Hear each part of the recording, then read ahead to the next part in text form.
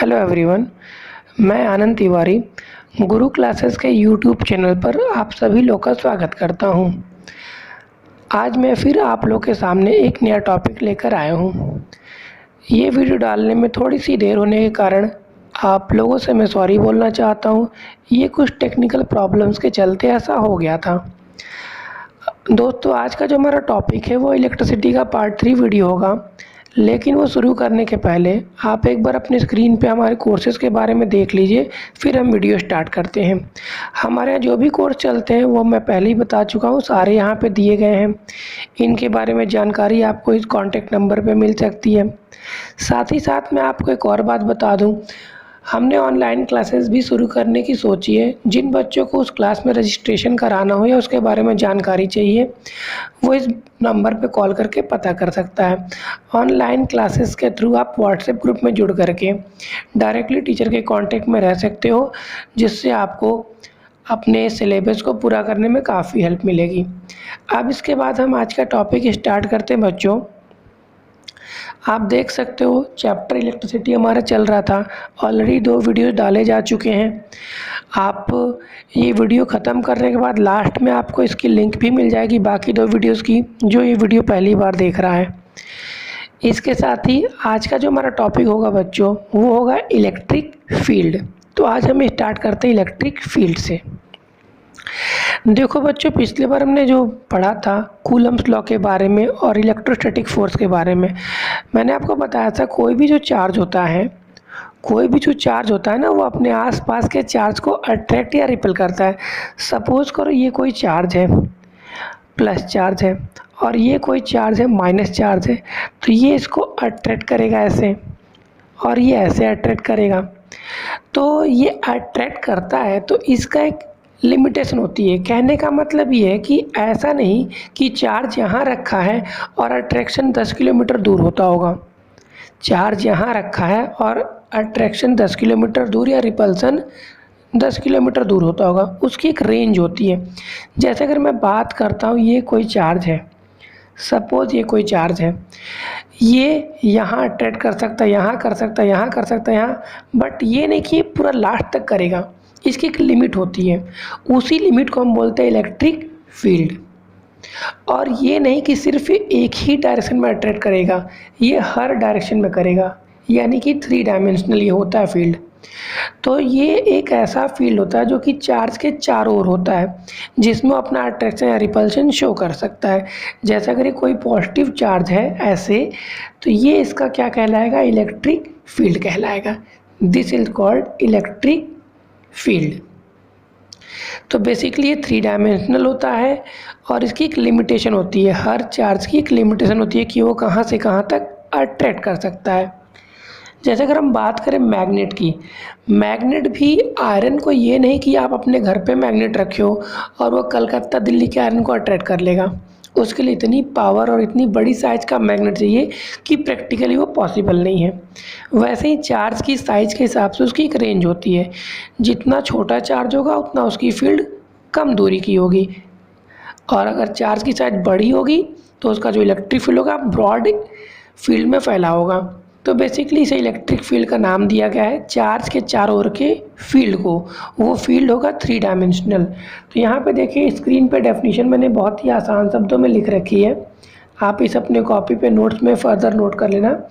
The 3 dimensional region around any charge in which its effect can be experienced.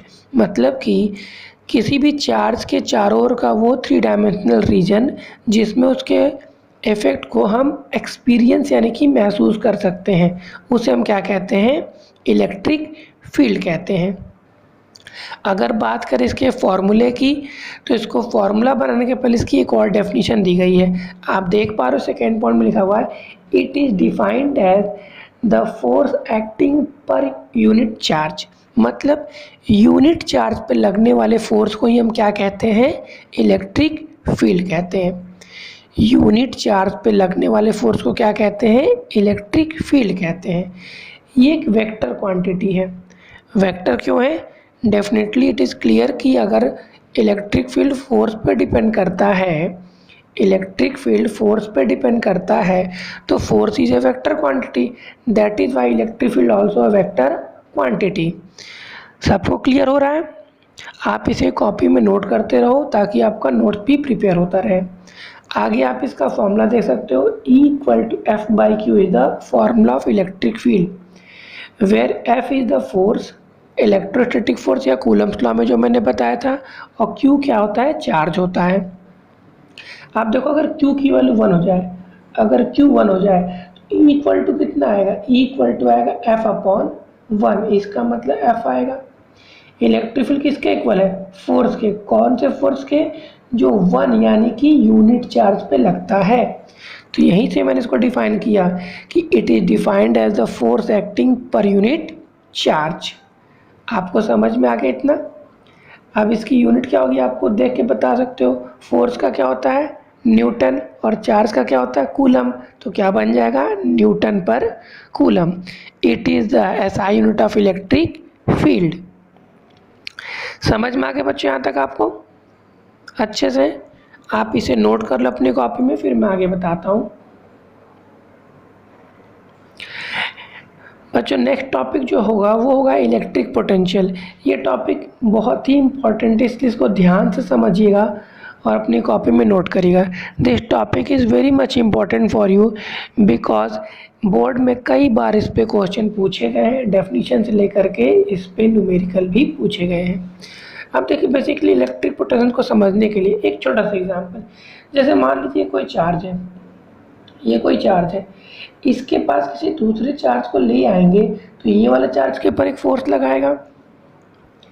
अगर ये वाला charge है, इसके पास अगर हम किसी दूसरे चार्ज को लाएंगे तो फोर्स लगेगा, और फोर्स लगेगा तो इस चार्ज को लाने में कोई हम डिस्टेंस भी तो कवर करेंगे, तो फोर्स और डिस्टेंस मिलके एक वर्क बन जाएंगे। या सिंपल आप ऐसे समझो, ये एक चार्ज है, इसके पास किसी दूसरे चार्ज को लाएंगे तो कुछ तो वर्क डन करना पड़ेगा। उसी वर्क डन को इलेक्ट्रिक पोटेंशियल का नाम दिया गया है। उसी वर्क डन को इलेक्ट्रिक पोटेंशियल का नाम दिया गया है। आप इसे ऐसे भी समझ सकते हो, देखो जैसे मान लो कोई चार्ज है पॉजिटिव चार्ज, ये इसका इलेक्ट्रिक फील्ड है। ये चार्ज क्या चाहेगा कि मेरे इलेक्ट्रिक फील्ड में कोई दूसरा चार्ज ना आए, लेकिन हम किसी दूसरे चार्ज को जब इसके इलेक्ट्रिक फील्ड में ले आएंगे तो हमें कुछ वर्क करना पड़ेगा। वही वर्क, वही जो एनर्जी खर्च होगी, उसी को हमने नाम दिया इलेक्ट्रिक पोटेंशियल का। क्लियर है आप लोग को? देखो इसको डिफाइन कैसे किया गया, ऊपर डेफिनेशन कितनी अच्छी लिखी हुई है। It is defined as the amount of work done in bringing unit positive charge.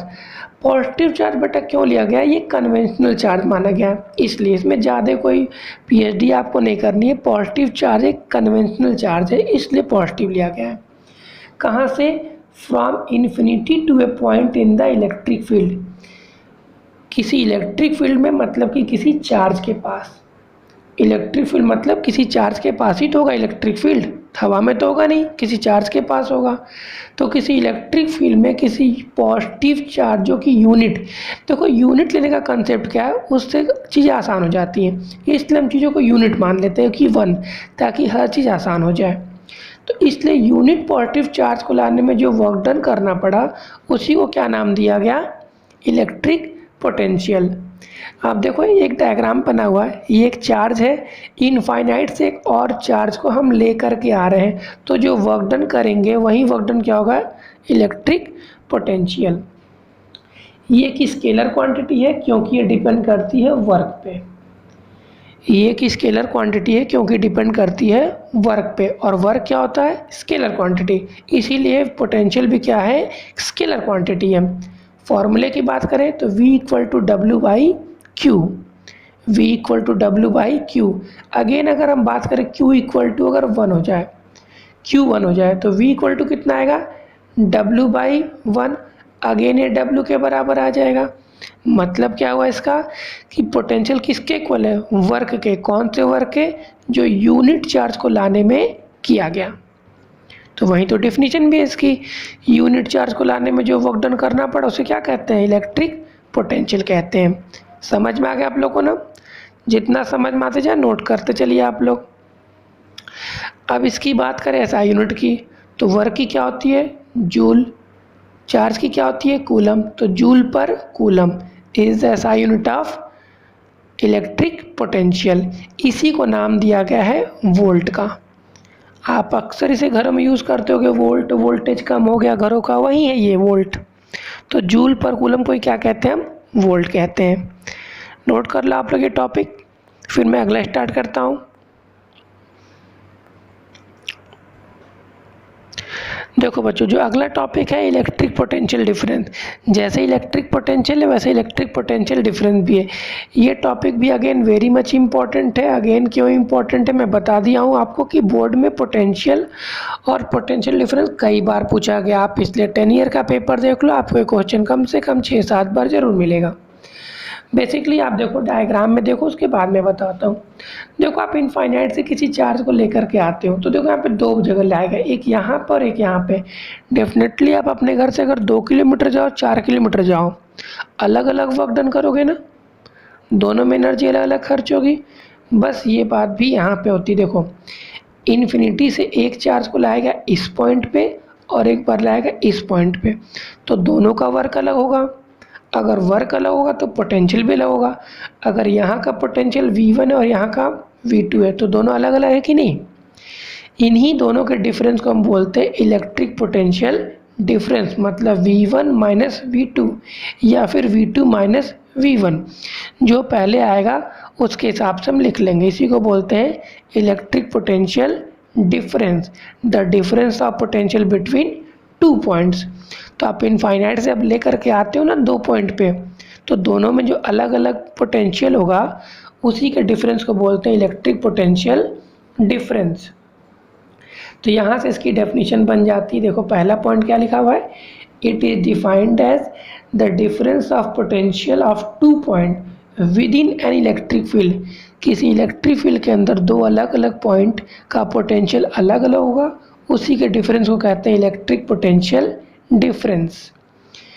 या आप इसे एक और तरीके से कह सकते हो, देखो मैं लिखा हुआ है, it is equal to the work done in moving a unit positive charge from one point to another inside an electric field. बात वही है, आप इनफाइनाइट से यहाँ आओ, इनफाइनाइट से यहाँ आओ, मतलब इनफाइनाइट से यहाँ आओ फिर इनफाइनाइट से यहाँ आओ, दो जगह आओ और दोनों वर्क का डिफरेंस जो होगा, जो नेटवर्क डन होगा वो उतना ही होगा।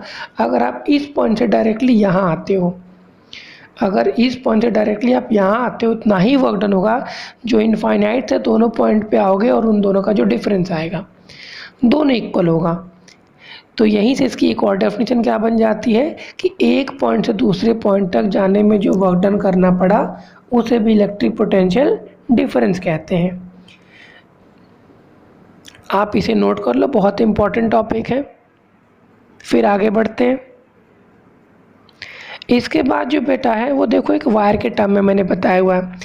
देखिए आप लोग ध्यान से, डायग्राम एक बना हुआ है। बेसिकली ये एक वायर है, ये एक इलेक्ट्रिक वायर है। ये जो डायग्राम है एक इलेक्ट्रिक वायर का बना हुआ है जिससे इलेक्ट्रॉन फ्लो कर रहे हैं। बेसिकली इलेक्ट्रॉन के फ्लो को हम करंट कहते हैं।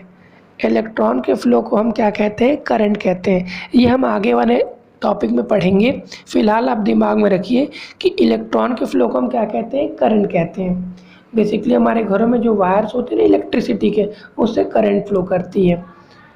तो अगर किसी वायर से करंट फ्लो करती है, अगर किसी वायर से करंट फ्लो करती है तो ध्यान से देखिए, एक पॉइंट ए है और एक पॉइंट बी है। तो इलेक्ट्रॉन को ए से बी तक जाने में जो वर्क डन करना पड़ा होगा उसको भी हम इलेक्ट्रिक पोटेंशियल डिफरेंस बोलेंगे। ऐसा क्यों?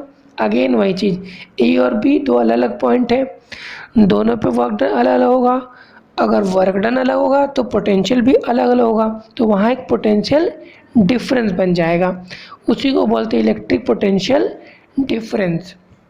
देखिए यहाँ पर डिफाइन किया गया है, the electric potential difference between 2 points in an electric circuit और वायर, दोनों की बात हो रही है, कैरिंग सम करंट, जिससे इलेक्ट्रॉन फ्लो कर रहे हो, as the work done to move a unit charge from one point to other. मतलब कि वही ए पॉइंट से बी पॉइंट तक मूव करने में जो वर्क डन करना पड़ा होगा उसी को हम क्या कहते हैं? इलेक्ट्रिक पोटेंशियल डिफरेंस, या सिंपली पोटेंशियल डिफरेंस भी कह सकते हैं। आप देखो, अगर पॉइंट ए का पोटेंशियल वी ए हो, पॉइंट बी का वी बी हो, तो इन दोनों के डिफरेंस को क्या बोलते हैं? V A B. V A B मतलब कि difference of potential between A and B, potential difference between point A and B. और वी ए बी की वैल्यू क्या होती है? V B minus V A. मैंने बताया ना difference, formula W A B upon Q A वही है, ये डब्ल्यू अपॉन क्यू ही है। बस ए बी क्यों लिख दिया गया है? क्योंकि ए और बी के बीच वर्क हो रहा है, क्योंकि ए और बी के बीच वर्क हो रहा है। तो इसे हम simple v equal to W by Q भी लिख सकते हैं, पिछले वाले की तरह, कोई फ़र्क नहीं पड़ेगा। बस w का मतलब क्या? वर्क है, चाहे आप इनफाइनाइट से हो चाहे दो पॉइंट के बीच में ऊपर हो, जो आप वर्क करोगे बेसिकली उसी वर्क को हम क्या कहते हैं? इलेक्ट्रिक पोटेंशियल कहते हैं। इसको भी जूल पर कूलम या वोल्ट में ही नापा जाता है। यहाँ तक बच्चों आप लोगों को समझ में आ गया? कोई दिक्कत किसी को नहीं है? जो भी आप लोगों को समझ में आओ कमेंट में आप लोग ज़रूर लिख देना, ताकि मैं अगला टॉपिक बहुत जल्दी आप लोग को दे सकूं। अगर इस वीडियो पे आप लोगों ने कमेंट नहीं किया तो मैं इसे यही ना समझूंगा आपने वीडियो नहीं देखा या आपको समझ में नहीं आया। इसलिए मैं हमेशा कहता हूँ कि आप कमेंट किया करो, आपको जो भी समझ में आया हो या ना समझ में आओ लिख दिया करो। और साथ ही साथ कोचिंग के व्हाट्सएप ग्रुप में अगर आप लोग ऐड हो तो आप लोग सर से बात करके आप लोग अपना पढ़ाई को व्हाट्सएप ग्रुप के थ्रू भी स्टार्ट कर सकते हो, ताकि आपको नोट्स वगैरह मिला करें। आगे की मैं बात करना चाहता हूँ, इसके आगे जो भी टॉपिक्स होंगे वो आपको नेक्स्ट वीडियो में दिए जाएंगे। अब बात करते हैं हम इलेक्ट्रिसिटी के पार्ट 2 में कुछ क्वेश्चन दिए गए थे, उनके आंसर यहाँ पे लिखे गए हैं। 3 क्वेश्चन दिए गए थे। फर्स्ट क्वेश्चन का बेटा जो आपको आंसर है उसमें नंबर ऑफ इलेक्ट्रॉन पूछा था, इसका जो आंसर होगा वो होगा 6.25 इंटू 10⁻18 इलेक्ट्रॉन। सेकेंड का आंसर होगा 6.4 इंटू 10⁻12 कूलम चार्ज पूछा था। उसके बाद जो नेक्स्ट क्वेश्चन था उसका आंसर होगा, 2 आंसर होंगे उसके, क्योंकि 2 बॉडीज़ पे चार्ज पूछा था, +2 into 10⁻11 and -2 into 10⁻11 coulomb of charge. ये उन 3 क्वेश्चंस के आंसर हैं।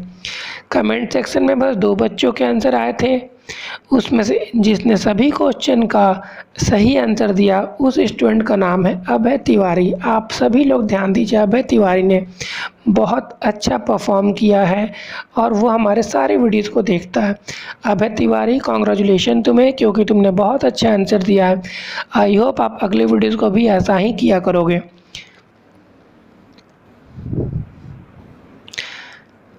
तो आज ये टॉपिक हम यहीं पे ख़त्म करते हैं। इसके बाद बात करते हैं हम अगले वीडियो की। तो अगेन मैं वही कहना चाहूँगा, आप इस वीडियो पे कमेंट करिए और अगला वीडियो आपको कब चाहिए, किस टॉपिक पे चाहिए, आप हमें कमेंट करके बताते रहिए, ताकि हम जल्द से जल्द वीडियो को अपलोड कर सकें। इसके साथ ही मैं वीडियो यहीं पे ख़त्म करता हूँ।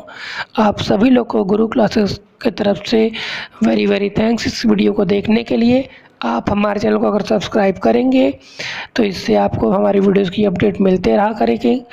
बाकी शेयर करना आपकी मर्ज़ी, अगर आप करोगे तो आपके फ्रेंड्स को भी बेनिफिट होगा। कमेंट तो मैं बोलता हूँ मैंडेटरी है, ताकि हमें पता चल सके आपने क्या पढ़ा, क्या सीखा इस वीडियो से। अगर आपको वीडियो पसंद आए तो आप लाइक कर सकते हो, अदरवाइज़ आप उसे डिसलाइक भी कर सकते हो, नो प्रॉब्लम इज़ देयर। तो दोस्तों ख़त्म करते हैं topic. Thanks for watching us on Guru classes.